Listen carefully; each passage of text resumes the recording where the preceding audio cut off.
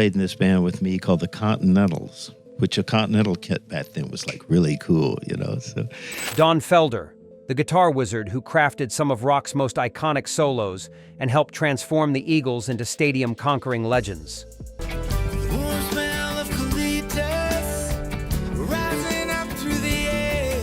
The mastermind behind Hotel California's legendary dual guitar attack and the driving force behind countless classic rock anthems. We played it, and when Hotel California played back, Don turned around and said, "That's going to be our next single." But behind those soaring guitar lines and that California cool exterior was a musician seething with resentment, professional jealousy, and decades of suppressed rage towards some of music's biggest acts. Felder wasn't just the Eagles' lead guitarist. He was a perfectionist who believed in guitar-driven rock when the industry was moving towards synthesizers and pop sensibilities. When other bands achieved success with approaches he considered inferior, or when musicians disrespected the craft he'd spent decades perfecting, his anger burned hotter than a Marshall stack at full volume. Tonight, we're uncovering the explosive feuds that consumed Don Felder's career. From backstage confrontations to bitter public wars, these are the 6 bands that discovered crossing the Guitar Master meant facing years of professional warfare and personal vendettas that shaped rock history. You think you know the laid-back Don Felder? Think again. This is the shocking countdown of the 6 bands Don Felder hated the most, and the devastating reasons their conflicts nearly destroyed his legendary career.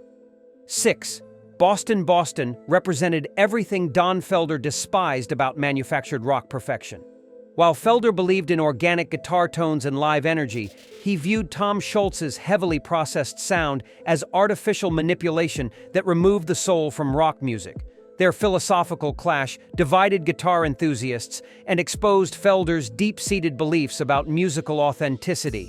The tension began when music critics started comparing Boston's layered guitar approach to the Eagles' dual guitar harmonies in the late 1970s. Guitar magazines praised Scholz's innovative studio techniques, while sometimes describing Felder's work as more traditional. These comparisons infuriated Felder, who viewed his approach as superior craftsmanship compared to Boston's laboratory-created sound. According to studio engineers who worked with both acts, Felder's resentment exploded when Boston's debut album achieved massive success with what he called fake guitar tones.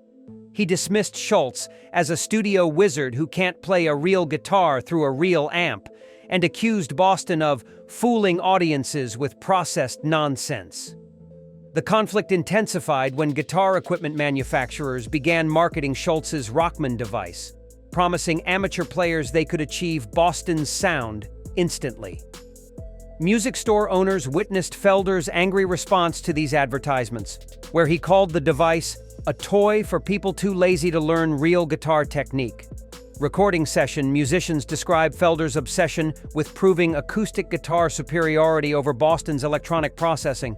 He began emphasizing natural tube amp distortion and authentic reverb chambers, leading to increasingly purist production choices that sometimes limited the Eagles' commercial appeal. This rivalry pushed Felder to become even more of a guitar traditionalist, influencing his resistance to synthesizers and electronic effects throughout his career.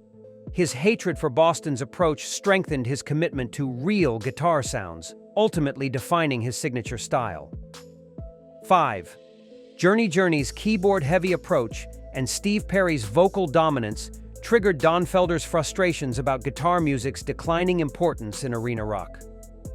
While Felder believed guitars should drive stadium anthems, Journey's success with synthesizer-laden ballads represented everything he feared about rock's commercial evolution.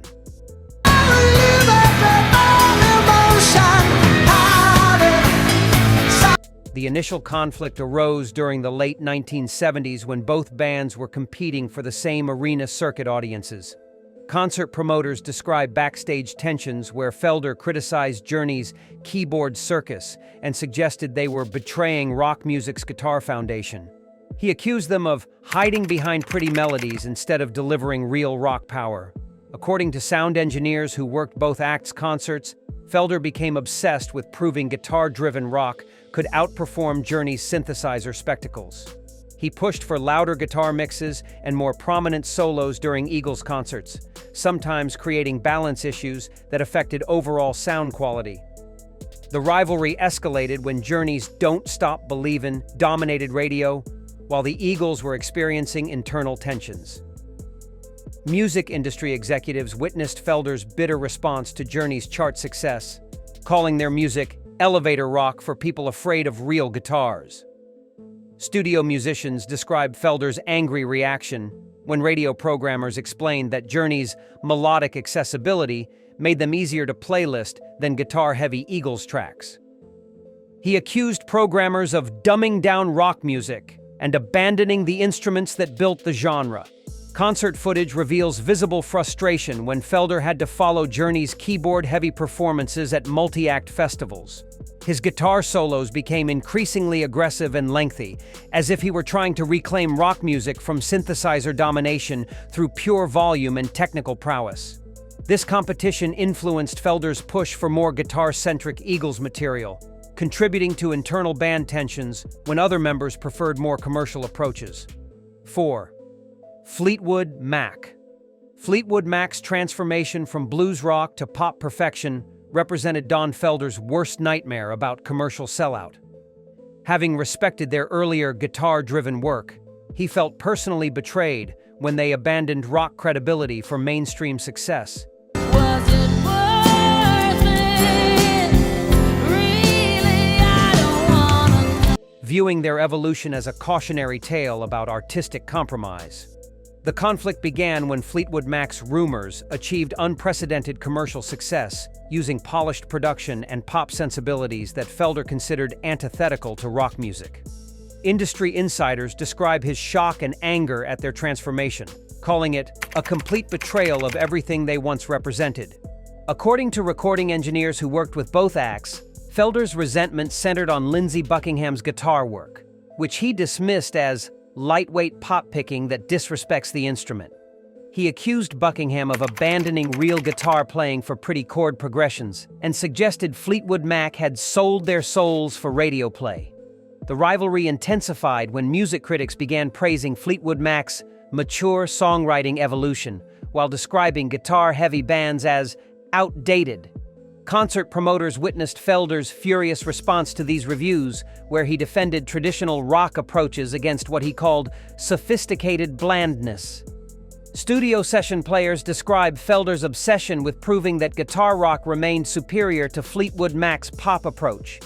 He began incorporating more complex guitar harmonies and technical displays, trying to demonstrate that real musicianship trumped commercial accessibility. 3. Kansas, Kansas represented everything Don Felder despised about progressive rock's intellectual pretensions and technical showboating. While Felder believed in serving songs with appropriate guitar work, he viewed Kansas as self-indulgent musicians who prioritized complexity over emotional impact. But I hear the voices say, carry on my wayward son. Creating a bitter rivalry over rock music's true purpose. The initial tension arose when guitar magazines began featuring Kansas members in technical articles about advanced playing techniques. Music journalists praised their sophisticated compositional approach, while sometimes dismissing straightforward rock as simplistic. These comparisons infuriated Felder, who viewed technical complexity as meaningless without emotional connection. According to studio musicians who knew both camps, Felder's hatred exploded when Kansas gained critical acclaim for their progressive sophistication, while guitar-driven bands were labeled primitive. He dismissed Kansas as music school graduates showing off instead of rocking, and accused them of confusing audiences with unnecessary complexity. The conflict escalated when Kansas toured with orchestras, emphasizing their classical influences and technical prowess. Concert promoters describe Felder's angry reaction to these performances, calling them pretentious garbage that forgets rock music's rebel spirit. He accused Kansas of intimidating audiences instead of entertaining them. Music industry veterans witnessed Felder's obsession with proving that straightforward rock guitar could outperform Kansas's progressive complexity. He began emphasizing emotional intensity over technical display, leading to some of his most passionate solos during this period. The rivalry became particularly bitter when some Eagles fans expressed admiration for Kansas's musicianship. Band insiders describe Felder's furious response to fan letters praising progressive rock, where he defended simplicity and directness against what he called musical masturbation. This competition pushed Felder to emphasize the emotional power of his guitar work, proving that technical skill served songwriting rather than replacing it, ultimately strengthening his approach to musical storytelling. Number 2. Led Zeppelin should have been Don Felder's natural allies as guitar-driven rock legends, but instead became his most obsessive rivalry. Jimmy Page's status as a guitar god triggered Felder's deepest insecurities about recognition and talent, creating a competition that consumed him for decades and nearly destroyed his confidence.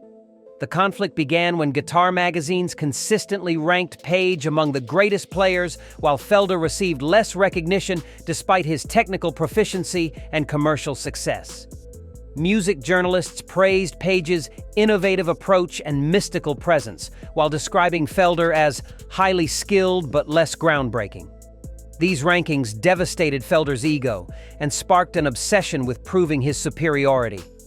According to recording engineers who worked with both guitarists, Felder became consumed with analyzing Page's techniques and demonstrating his own superior precision.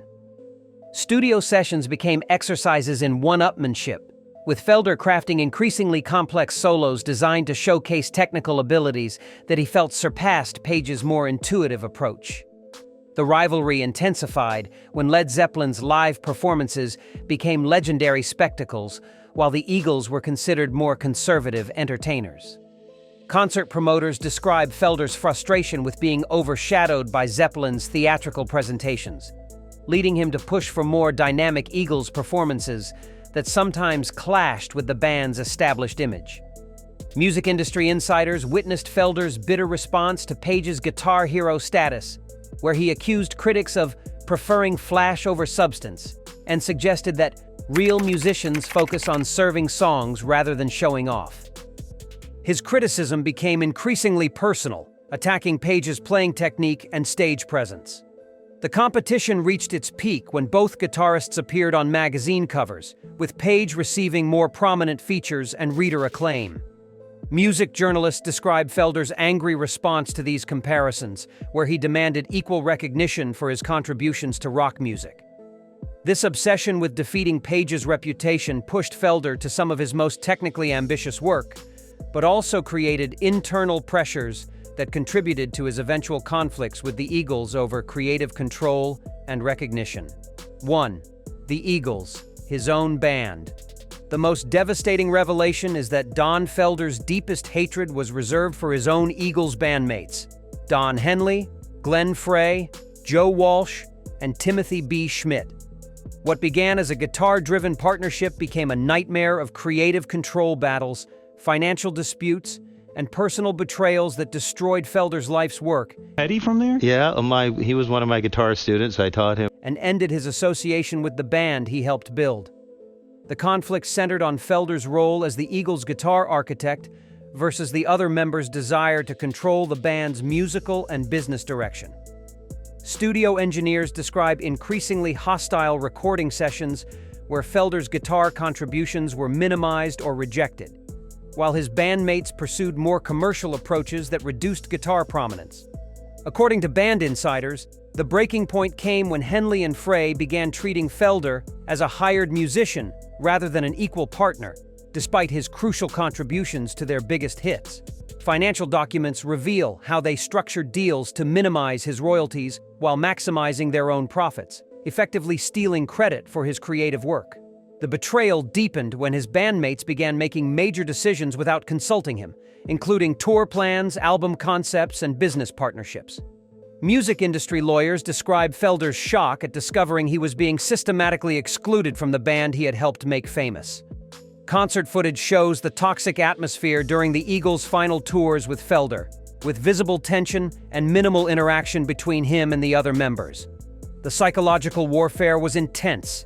They would change arrangements without telling him, criticize his playing publicly, and treat him like an outsider during interviews. Don Felder's Feuds exposed the brutal reality behind rock's glamorous facade. His guitar mastery couldn't protect him from betrayal and jealousy. Which rivalry shocked you most? Like, comment, and subscribe for more rock secrets.